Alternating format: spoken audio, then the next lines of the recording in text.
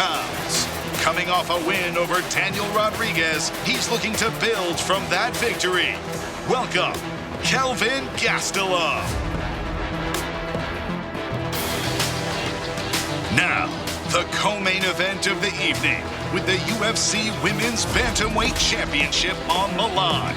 Up first, a dominant force unlike any we've seen in the division. A two-time Olympic gold medalist, now ready to seize her moment inside the octagon. Coming to the stage, this is Kayla Harrison.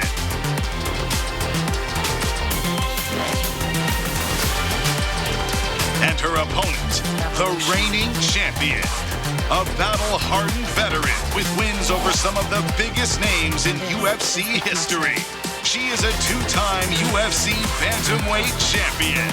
Please welcome Julianna, the Venezuelan vixen, Peña.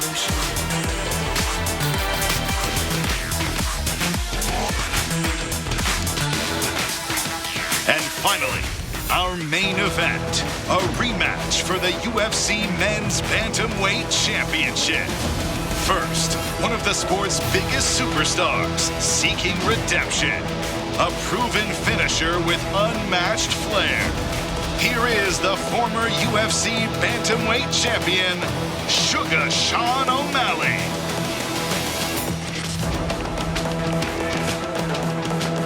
His opponent, relentless, durable, and rewriting the record books. Owner of the most takedowns in UFC history. Riding a 12-fight win streak. And the reigning king of the division. Introducing the UFC Bantamweight champion of the world, Merab Dvalishvili.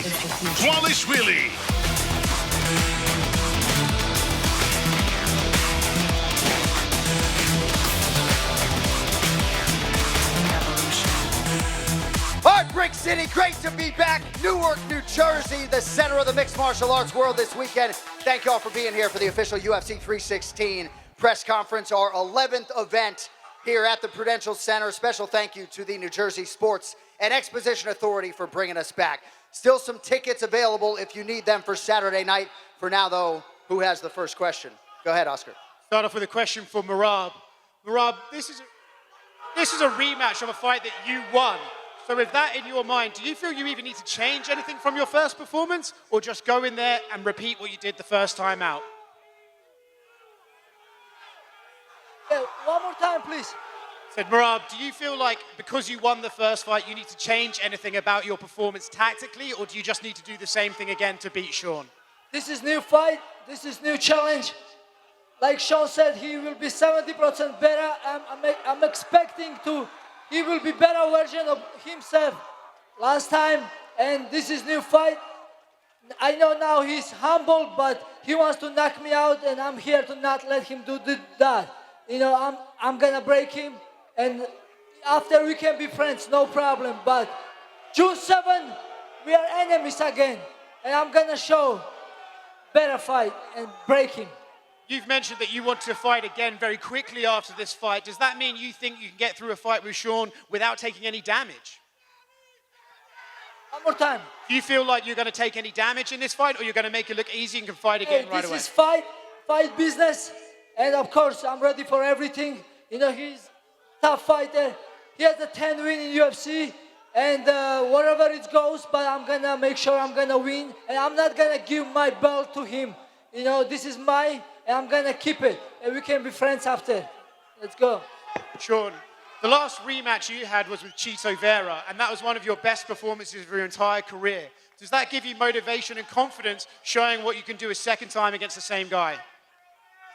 Yeah, for sure. I mean, this is a completely different fight, but undefeated in rematches, we're going to keep it that way. Do you feel like Merab is the type of guy you need to fight twice to get used to that pressure and style that he has, or was that just a bad night at the office and you can do better this time?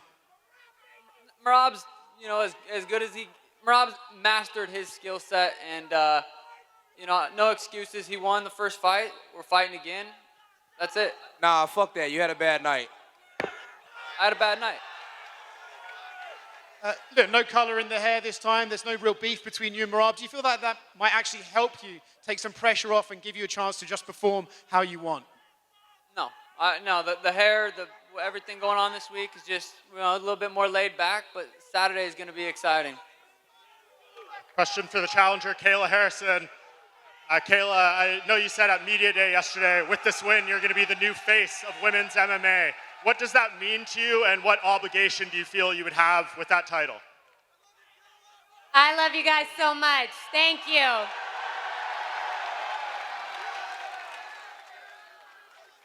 It would be an honor and a privilege to be the face of women's MMA. I don't take it lightly. I consider it a huge responsibility, and Saturday night I'm going to go out there and I'm going to leave it all in the cage so that I can be a new UFC champion of the world. And Kayla, I know you also said yesterday that Julianna doesn't necessarily excel at fighting, so she has to excel at the trash talk. Do you feel she has excelled in talking leading up to this fight? Has she got under your skin? She definitely hasn't gotten under my skin. I got thick skin. It takes a little more than a chihuahua barking to get under my skin, but... Even your chihuahua doesn't like you, Kayla. Even your own dang dog doesn't even like you. The time for talking is almost over, and Saturday night we're going to find out. There is the face of women's MMA, and you're looking at her. I can't hear her. Julianna, for you though, I know you said through this process you haven't been talking trash, you've just been defending yourself. But you know, they say in sports the best defense is a good offense. So do you feel this has affected Kayla at all? I don't know. I can only speak for myself and what I have to do, and I'm only responding to the things that she has said to me. So it's not necessarily trash talk. It's more so the fact that I'm not going to let this girl talk all over me and try to think that she's going to get into my head. It's not going to happen. My question's for Patchy right here. You've competed at a high level for a long time. How does it feel to be here in the UFC, and what kind of first impression are you looking to make to fans on Saturday? Feels fucking great to be here finally. Honestly, it feels great. I know you've long said that you're the best bantamweight in the world. How quickly are you looking to prove that to the wider audience? I'll prove it this Saturday, and I do believe I am the best bantamweight in the world. Question for Mario. Mario, do you feel like you're being overlooked at all with a lot of attention on Patchy coming over, and how do you expect to spoil the party on Saturday? No, I'm not being overlooked. But look, there's the attention right there. I'm not being overlooked. I get all the attention, obviously. But no, it's fine. He has these aspirations, but he's going to have to get past me Saturday night. And I'm looking through them, bro. I'm looking through them. Question for Joe Pyfer. Joe, you're fighting Kelvin Gastelum, who's never been finished with strikes. I know you said you're looking to change that Saturday. What do you think it is about you compared to his other opponents that will be able to do that? I think I'm a completely different power level, and I'm a young kid. I'm constantly evolving. He's a vet. He's down to fight, and you know I respect that, and he hasn't disrespected me, so we'll keep it respectful, but I'm going to test that chin. And I think he knows about my power. I think that's why he's brought in wrestlers. And let's rumble, brother. Let's rumble. On the other side of the equation, Kelvin, I'm curious for you. The cancellation a few months ago, I'm sure was frustrating, but the extended camp, how much more mentally ready, physically ready do you feel to bring it to Joe Pyfer?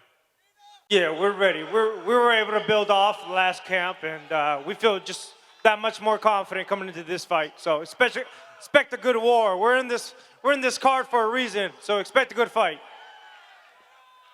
Point for Vicente, Luque, in the front right here. At Media Day, you said you expected a war. You're not preparing for a fight. You're preparing for a war. Kevin said he's going to touch your chin. You're not getting back up. So I guess, how do you see this fight playing out on Saturday?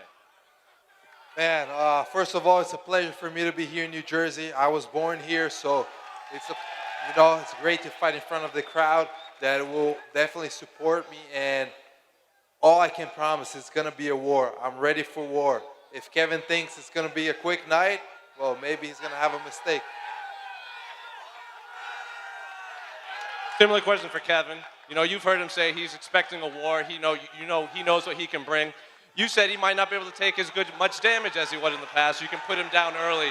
So how do you see the fight playing out on Saturday? I'm just trying to figure out what the fuck happened in the Buckley fight.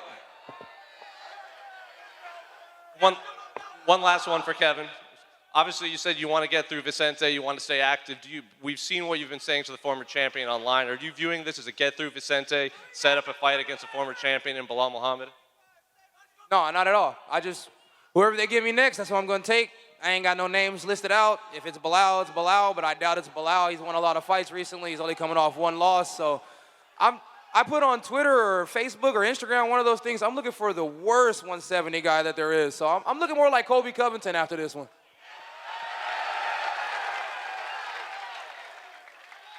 Question for Kayla. Kayla, you sometimes refer to your career as a climb. Do you believe that taking out Julianna, dethroning her, and becoming champion would be the equivalent to reaching the summit of that mountain? Or do you think you would have to take out Amanda Nunes first to really reach the peak? When I talk about a mountain, you know, I really think that there's no peak. It's just every step every day I wanna wake up and be the best possible version of myself. And I'm grateful to Julianna because she's bringing out another newer, better version of me. And after I whoop her ass, I'm coming for Amanda. What do you know? What do you say? Kayla, how are you going to beat me like I asked you the last time? Are you going to lay on top of me and cook the clock for 25 minutes? Because that is literally your only chance to victory. That's your only chance to beat me is lay on top of me for 25 minutes. You've been stopped 3 times. Okay. You're 11-5. It doesn't You've matter. lost more fights than I've lost rounds The 6 fights in that I've MMA. taken in order to get and fight the best in the world, I'll take that all day over your 20 fights that it's taken you to get to here right now. We're gonna find out. Yeah, we are.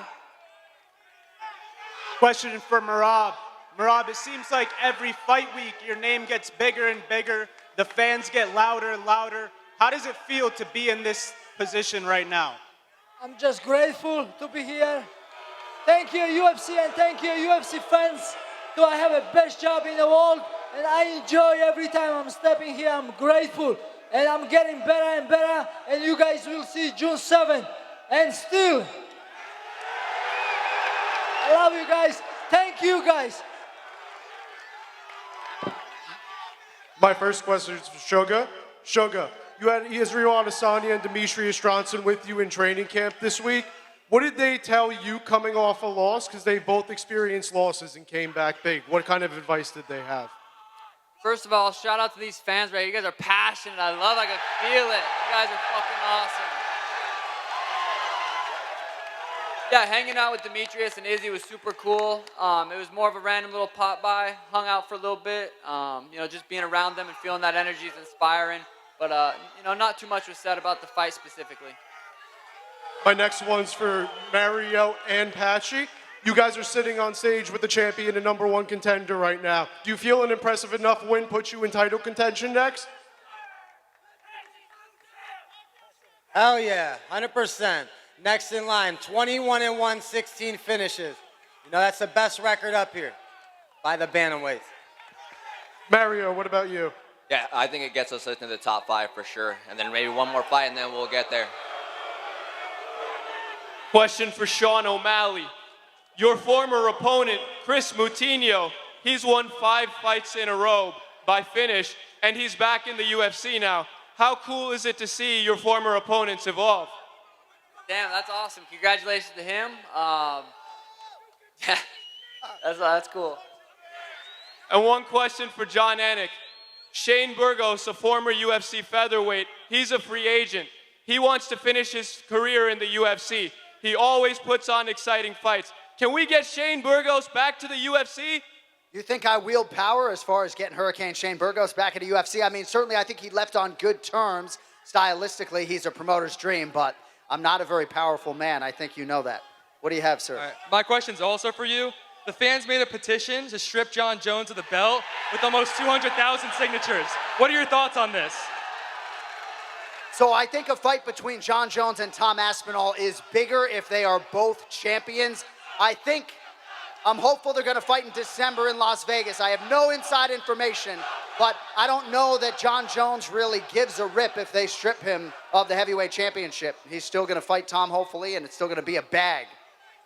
Thank you. Thank you. All right, who's next? Go ahead. One for Sean O'Malley. Sean, I know you don't want to talk a lot of trash this week, but Merab said earlier this week on Embedded, he said, I stole his jacket, I stole his title belt, and now I'm going to steal his sponsors and his fans. there's going to be a heavy contingency of Sean O'Malley fans in the building this weekend. So what's your message to Merab after hearing him say he's going to steal everything from you? You know, I truly believe I'm going to knock Merab out. Come Sunday, no one's going to give a fuck about Merab, and that's just, it is what it is. Keep talking, and you're gonna get more humble. I'm making people humble. And you will see June 7th. Yeah, you was playing all this time like a humble guy, but okay, I'll show you again. One more time. Keep talking. Question for Sean O'Malley. Your dad's going to be in your corner. It's his birthday on Saturday. What do you hope his presence is going to mean to you when he is in your corner? Yeah, you know, it's a cool gift to be able to give your dad his 60th birthday. You're going to be sitting there cage side watching me fight. Like, there's nothing better I could give to him. And yeah, I'm excited for him to be in there. And a question for you, John. The bantamweight division is so stacked already, but now adding Patchy Mix to the fold, what do you think it does to elevate this division? It's incredible. I have known that Patchy Mix belonged here for a long time. He's exactly where he belongs. And I think for a guy like Corey Sandhagen, who will be here this week, this Patchy Mix signing probably not ideal as you chase down your first shot at the undisputed title. A lot of business to be attended to in the octagon here at UFC 316, and we'll settle. I'm the boogeyman, and I'm home now, so this is my home. Is that it? All right, thank you all for coming out, Brick City. We're going to swear these athletes off. Stay with us. Thank love you guys. Thank you. Let's go, New Jersey. Let's go, New York.